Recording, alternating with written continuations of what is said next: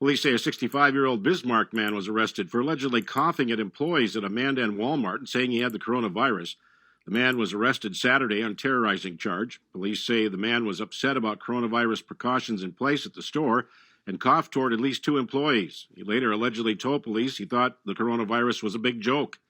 The Bismarck Tribune reports the man was medically cleared before he was taken to the Burley Morton Detention Center. Formal charges are pending.